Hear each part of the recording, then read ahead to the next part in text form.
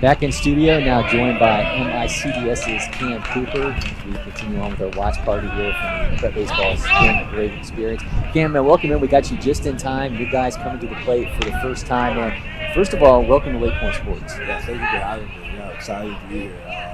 Weather's a little nicer than St. Louis. Not at the moment, though. It's we got cloud cover. It's supposed to get warmer as the day goes on. It's going to get nicer as the week goes on. So we'll get it for you. We just don't have it yet. Yeah, I'm looking forward to it. All right, so we got LJ Triplett at the plate right now for your guys. I know you're a football guy, and we're going to get into why you're currently sitting here in the studio with me and not out there playing a shortstop for your squad. But you guys I was looking through the roster and some of these metrics, and you guys just some absolute athletes on this team. Yeah, for sure. Yeah, LJ right there, as you saw. He was a DB, all-conference guy. Like, a lot of these guys are two-sport athletes, and you can see a lot of those skills transferring over to the baseball field. So it's exciting to be with those guys in local season and seeing them prosper in this way. David Levinson, DH, now at the plate is going to be followed by Brian Gould playing shortstop today. You're a middle infielder, shortstop, second base.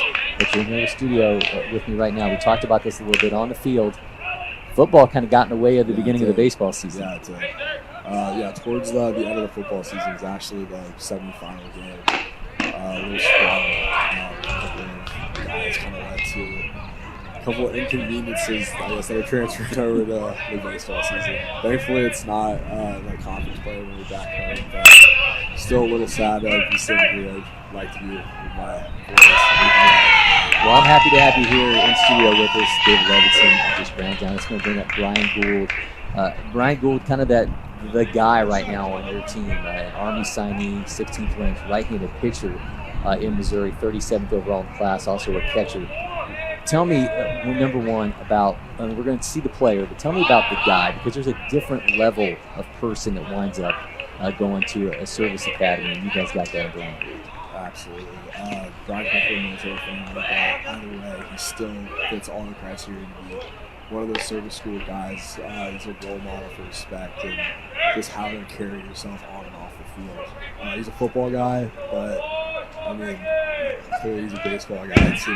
Most people don't even know that. When you see him on the football field, you may think he's playing fullback at Army, but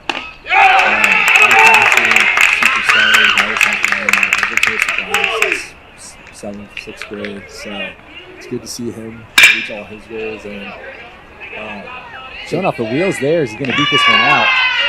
Oh, he did not beat it out, so you guys get on quickly in that inning, but yeah, man, absolutely 5'11", 195 pounds. As we get him listed at, he looks like he's a little bit closer to 205, if not 210. He looks like it.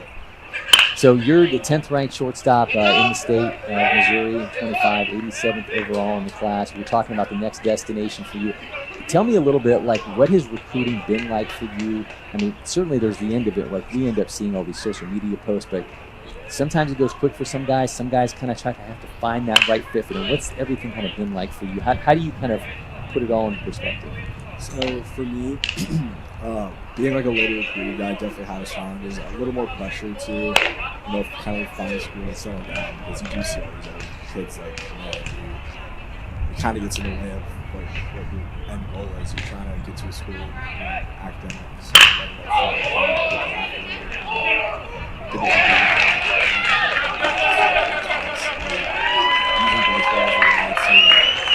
kind of put myself in a position to be successful after the school, and making sure I do get to a school that's going to make that possible for me is a really big thing.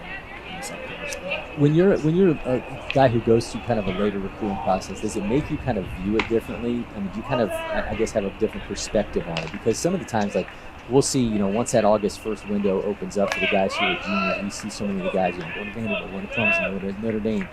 And I think it kind of just get caught up in the names and not necessarily trying to think about it, as you're talking about, like, trying to find the place where you're going to get that best education and the best fit. Did that allow you to kind of have a different perspective on it? Absolutely. It made me really take some time to myself and think about what's going to be important for me, as opposed to, kind of just having the same mindset as I did freshman year of just wanting to post academic posts and kind of doing it for others as opposed to doing it for myself. Comparison is the thief of joy.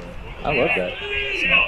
DeMatha off to a 2-0 lead over Moody. Meanwhile, your guys, MICDS back out in the field, got a pass ball and an advanced runner for DeMatha. Oh, man, that's an absolute rocket off his bat, 86-4. That's got him on the run in the left field. That looks like it's going to be trouble. Taking off for second base. He's going to hold there. That goes down into the corner. He will, in fact, hold at second. So we've got a lead-off double for Paintsville. The pitcher on the mound for you guys right now, Lieberman.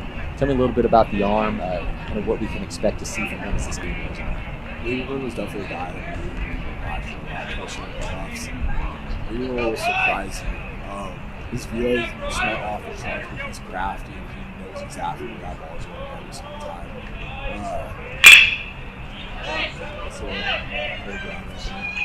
Oh man, we got to pull him off the bag. Does he typically play short? Do you play second, or is it usually flipped? He usually plays third or catcher. But back to Garrett, I mean, he's a really good teammate and even better baseball player. Garrett Michael's at Tampa next year, so that would be really exciting. Yeah, you mentioned going on to Tampa. Tell me about the draw there. I mean, obviously, you mentioned weather being here in Emerson, Georgia. When you go down to Tampa, it's going to be an entirely new level for that. But what was the fit, both academically and athletically, for you? So Tampa definitely innovated Texas. So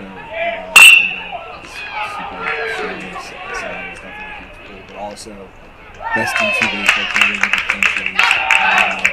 So definitely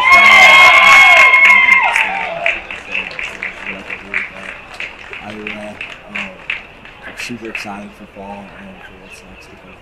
You said comparison is the thief of joy, and I love the philosophy side of that. And certainly there's this mental side to baseball that I think sometimes we kind of take for granted. Are you a guy that kind of plays into all that, like mindset and all that stuff? Because when you start pushing out quotes like that, that certainly speaks to a different level of thinking about the game. Absolutely. I mean, they call us weird on campus. I mean, before the game, we'll really send their shirts off on the outfield. No shoes, no nothing. Kind of just feeling the vibes, making sure you can be your best self. I think if you're in a good headspace. Where'd you pick that up from? Coach. We started doing it like sophomore, my sophomore year, and I had a really good game. I did it again. I had another really good game, and then I just kind of stopped just doing it for, trying to have a good game. I did it for myself to see how I actually feel. I took that off the field. Did you guys do that before the game today? Because this is turf, Okay. No, not today. All right. I wasn't sure if it counted, if it's actual or not, grass. If you got sand underneath this concrete, I wasn't sure if you do it on not real grass, if it doesn't actually count. I agree with that. All right, so we talked a little bit about the middle name, Espen. Yeah, tell me about the genesis of that. So, I mean, ESPN, Espen, yeah. That is what it's from. I do get some questions about that, if that's what it's on the certificate. So. You could almost look like it, man, that dude's got some confidence. Like, he's a little full of himself, like he's like a walking highlight, that you would throw that out there. But that's legit. We're not boasting. Yeah, my dad, huge sports guy. My mom, she is from Russia, so she wasn't as familiar with yet, but my dad slipped that in when I was getting my birth certificate, I guess, and it's honestly been a huge sector of my life as I am today. Do you speak Russian? I You do? Yeah. Can you call the next play that happens in Russian? I don't think I could do that. I might No? be able to in German. My mom's also German. Oh, okay. It's like. So do you speak German then too? Yeah. Okay, all right. Well, I think I might be able to. Okay, let's do this then. All right. Who's up the bat right now? Das ist Harrison. You're putting me on the spot. Okay, wait. All right, you got this. No, I got this. Besides Harrison, on to bats. Oof. Harrison ist mit Rotz. Meine Frau.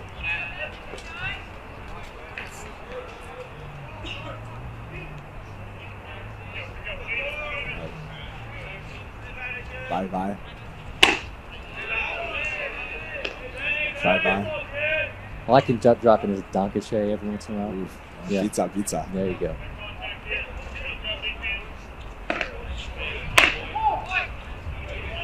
Boom. All right. So how do you say draws a walk in German? Well, 4 is so it's 1, 2, 3. Yep. So and so just walk would just be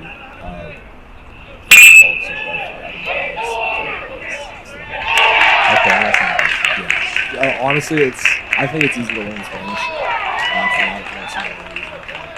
You speak Spanish too? Not as well. Yeah, Okay. Spanish All right, but is still, yeah. you got a lot going on. MICDS definitely makes you put the student athlete, so pretty hard on us there. So MICDS, and obviously the name is Mary Institute in St. Louis Country Day School. How often do you guys refer to it as all that and not just say MICDS? Well, so in the 90s it was Mary Institute and then Country Day yeah, School. Combination of the two. Yeah. So I mean, if you're like older in the community, you can call it Country Day School. People say Country Day Institute, but I'd say mostly people always say Mary Institute, or they never say Mary Institute Country Day School. They always say MICDS, but there's definitely a stigma on our school, and that's something we're past. So your coach Michael Kratz told me pregame that if there was anybody on this team that could be a social media influencer, it would be you. Oh. So what would you do? So if you let's say we give you that blank slate and you get to put yourself out there and you've got the whole social media influencer game going. You know, you're Logan Paul. You're all this. So what's the game? What are you doing? Maybe something fitness. Okay. Fitness and I mean, dogs. I like animals. I like dogs. I like cooking. So maybe like if I had a kind of a fitness cooking dog channel, like a shirtless puppy cookie segment, like that could be something. So maybe you can run on the treadmill with the dogs. Yeah. And then you cook for them afterwards. But you make something healthy for you and healthy for the dog, and then it becomes this combination of healthy eating and living for humans and animals. Okay, let's trademark that now while we have the chance. Now we got to figure out what it's called. Maybe Chow and Pow. Oh, okay. Something, it has to be something like that. Pump and pups. That's not bad. Collars is a barbell collar and it's a dog collar. Right. So maybe there's something with collars that becomes that combination. And collard greens. Yes, yeah. Collars for all, or we're gonna come up with something. It's got to be something. Producer Mason, you got anything with the word collars in it? We can. So we're launching a business in real time here, the social media business. So if we got anything, we'll start digging up. If anybody in the chat's got something for us, they want to drop in. We're going to come up with this before it's all over. All right, so he's got this. It's going to be a fitness social media platform, and he's going to be doing stuff for people and for animals, and he's going to be running on treadmills with dogs on a treadmill as well.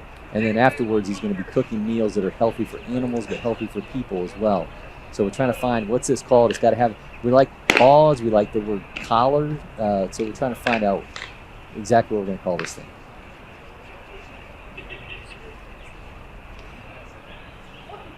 All right, we're going to figure this out. All right. Meanwhile, I got a runner at second base now in the form of Harrison Sirkowski, left fielder. Harrison's a guy that came into the program this year. He's a pitcher. Super excited when he's outside. One thing I like to do is you find movie titles that have something in it, the name you're looking for, and you kind of do like puns off of it. Yeah, so that could be what we do. Something off the collar with that, or you said pause. Could have ChatGPT it. You could do that. Yeah, that's cheating though. Oh, So right. you know. Oh, Hardy Paws. Oh, that's it right there. Yeah, Hardy it. Paws. That's your business because it's hardy because the food is hardy, and paws because obviously the animal. So Hardy Paws. That's it. That's what it's going to be. And then it's also like more animals. Yes, yeah. Yeah. We just came that's through. It. Yep. Yeah. Trademark that now. All right, love it. So we'll have to make sure Coach Katz knows that we launched an entire vehicle over in here. So he told me hang out with Edmund's son. Yeah. So tell me a little bit about that relationship, hitting together. So you hit with Jim Edmonds. What's that like? So freshman year in Atlanta, we played with some of the other as an organization, and then he was one of the guys that actually like vouched for me to like really get me back into baseball. I didn't know where I was going to do or play my next season of baseball. And Jim got me a couple of other things to try out from there. I fell super in love with the game. I might have been a cross player. So after that summer, I definitely tried to lock in. Everything, but my relationship with him has been a great mentor. It's kind of made me go back to like being a kid and making sure I'm like having fun on getting a swing. Like obviously like lessons are good and everything, but Jim has made it very clear that I'm not about my body involved me and I can use all my skills and all my connections to put myself in the best position possible at times. Yeah, he had an absolute cannon. There's a lot of people that think that he didn't get a fair shake in the early voting for him in the Hall of Fame. That he fell off the ballot really quickly. Man, I don't know if you've watched any much defensive highlights from him. He was an absolute beast. Yeah, the catch. Yeah. Yeah. So you Cardinals fan then? Yeah, big time. Big fan. Okay, nice. Well, being a fitness guy, were you mad that Tyler O'Neill? Oh, absolutely. Yeah. I would see him like all the time. I would see him when I was working on a manager. He'd be there too. All the Lakers. I bet Dad was Mr. Olympian from Canada. So yeah, he knew. Not only did he have, obviously, a guy that was jacked, but a guy who knew how to lift from his dad having actually that bodybuilding background. Yeah, definitely functional muscle for that guy. Yep. So you're into fitness. Is that something you thought about as a career too? You talked about being a dentist. I mean, you could be like a fit dental. Yeah. We could get a whole thing. I have a bunch of different arms of this business. Yeah, like some like the lab coats, but like no sleeves. I like that. Yeah. Okay, what is it? Positive health. Oh man! All right, so we got Hardy Paws and Positive Health. Yeah, we're gonna we're workshopping all this stuff. Maybe we can have a logo created by the time this is over with as well. I was actually gonna fix that. Yeah, we'll go put on some T-shirts and have those made up. Bunt down goes foul and things for MICDS. Meanwhile, DeNapa's got a 5-0 lead over Moody. Something good just happened. So I think we just have we're a split second behind in real time. And ropes that one up in the middle, and so Moody's going to have a base runner here in the top of the second inning. So football career's over with now. What was that kind of reality like when you kind of put that part of your athletic endeavors to bed? Honestly, it was definitely it was sad. It was bittersweet, definitely at the end. Playing football pretty much all my life, but I'd say like the main part that got to me was being like right behind the football field, having those memories, and as you can see, like right there, Ryan, that was a big part. A lot of us played. I really can't stress. You got to see Ryan on the football field. It was, you would not think he was a baseball player.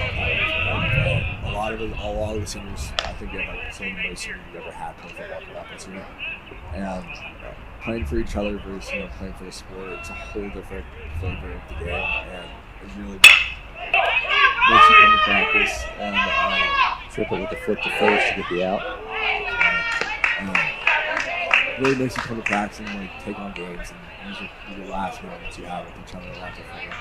So we've got you metrics-wise, and tell me if these numbers are old or if you've bettered all these. We've got you with a 6.94 in the 60. Oh, yeah, I'm saying 6'6". 6'6". Yeah. All right, 6'6" in the 60. All right, the exit velo, we got you around 91 with a bat speed of 74 now. I don't want to like boost it. Can you get triple much. digits? Oh, yeah. I don't want to boost it too much. What is it? I would say, like 102, 103.